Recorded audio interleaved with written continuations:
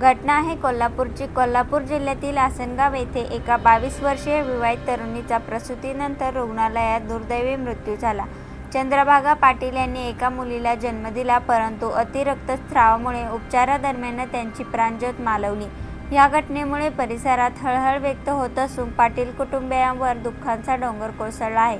आरोग्य यंत्रणेवर प्रश्नचिन्ह निर्माण झाले आहे। कोल्हापूर जिल्ह्यातील आसनगाव तालुका पन्हाळा येथील 22 वर्षीय विवाहित तरुणी चंद्रभागा प्रवीण पाटील यांचे प्रसूतीनंतर CPR रुग्णालयात दुर्दैवी निधन झाले।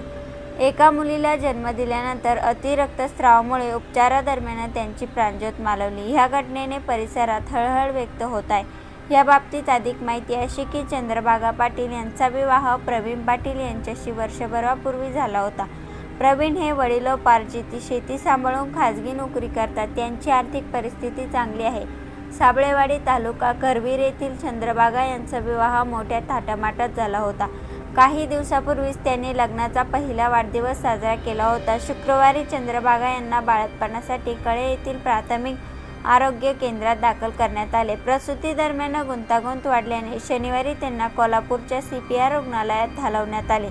तेथे त्यांच्यावर शस्त्रक्रियेद्वारे प्रसूती करण्यात आली। त्यांनी एका गोंडस मुलीला जन्म दिला, मात्र प्रसूतीनंतर त्यांना रक्तस्राव सुरू झाला। वैद्यकीय अधिकाऱ्यांनी रक्तस्राव थांबवण्यासाठी शर्थीने प्रयत्न केले, मात्र त्यांचे प्रयत्न अयशस्वी ठरले। अति रक्तस्रावामुळे चंद्रभागा यांची प्राणज्योत मालवली।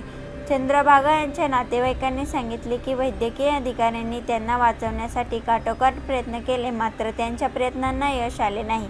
एका वर्षाच्या आतच चंद्रभागा आणि प्रवीण यांच्या सुखी संसाराला दृष्ट लागले। नियतीने चंद्रभागा यांच्या मुलीच्या डोक्यावरचे आईचे छत्र हिरावून घेतले। ह्या घटनेमुळे आरोग्य यंत्रणेवरही प्रश्नचिन्ह निर्माण झाले आहे। ग्रामीण भागातील आरोग्य सेवा अधिक सक्षम करण्यासाठी गरज आहे, असे मत काही नागरिकांनी व्यक्त केले। या दरम्यान या घटनेमुळे पाटील कुटुंबियांवर दुःखाचा डोंगर कोसळला। नवजात मुलीच्या जन्माने घरात आनंदाचे वातावरण होते, पण आईच्या निधनाचे दुःखाचे सावट पसरले आहे। चंद्रभागा यांच्या पाश्चात पती प्रवीण सासू धीर जाऊ असा परिवार आहे। या घटनेने आसनगाव व साबळेवाडी ह्या दोन्ही गावांमधील नागरिकांमध्ये शोककळा पसरली आहे। ही घटना ऐकून याविषयी आपल्याला काय वाटतं? आपली प्रतिक्रिया नक्की कळवा। ह्या YouTube चॅनलवरती पहिल्यांदा आला असाल तर चॅनलला सबस्क्राईब करून बेल आयकॉनवरती प्रेस करा। येणाऱ्या नवनवीन व्हिडिओचे नोटिफिकेशन मिळवा। धन्यवाद।